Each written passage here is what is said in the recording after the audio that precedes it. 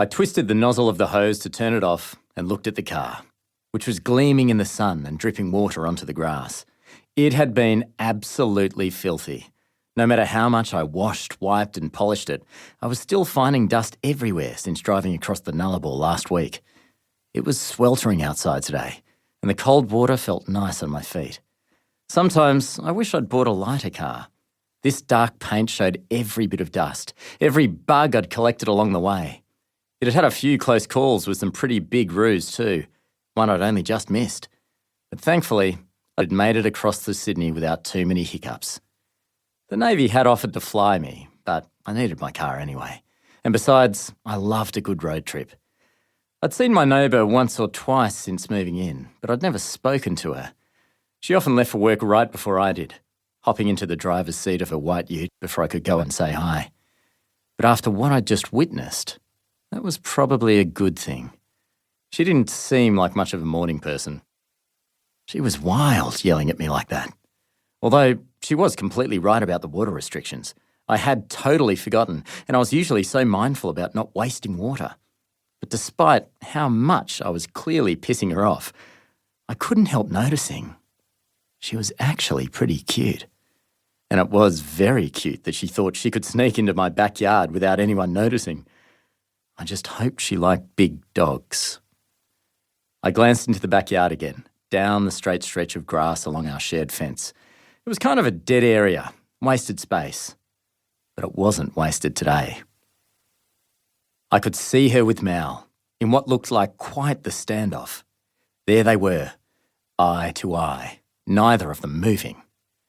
And she looked petrified. I didn't even know her name yet, and she was already trespassing on my property. I smiled, watching her. She was sort of cowering and kept glancing at the fence, absolutely freaked out.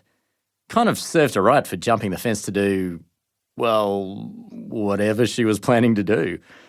She probably didn't quite deserve to fear for her life, though. I sighed and put the hose down, opened the gate, and walked down the grassy strip. Mal, come here, boy. I whistled as I tapped my thigh. Mal came bounding over to me and sat down at my heel. I scratched him on the head and grinned at her. So, I said, I see you've met my dog. She was backed up against the fence. Get that bloody thing away from me. Mal wouldn't hurt a fly. He was timid. I'd even seen him run away from tiny puppies before. And he was a terrible guard dog. Exhibit A. I am not a dog person, she muttered. Yes, I can see that, I said. What on earth are you doing anyway? I nodded at the fence she'd just climbed. Her apron was loose around her neck, the plain white t-shirt underneath it soaked from where I'd hosed her. It was big and baggy, but now that it was wet, it clung to her chest, almost totally see-through. I couldn't stop staring.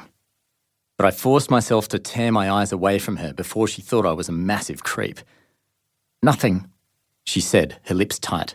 I fell. I raised an eyebrow at her, trying not to smile more than I already was. Right. Well, now that you've fallen into my yard and scared my poor dog, are you going to tell me your name? She stared at me. Then, clutching her right hand to her chest, she took off towards the back door of my house. Was she for real? I followed her inside, just catching the screen door before it slammed shut. Mal continued standing outside, watching us curiously. Please, come into my house, I said under my breath. She ignored me and kept walking, making her way through the kitchen and living room towards the front door. Hey, can you please stop? She turned around. What? Look, I'm sorry about the car washing, all right? I'll do it further away next time.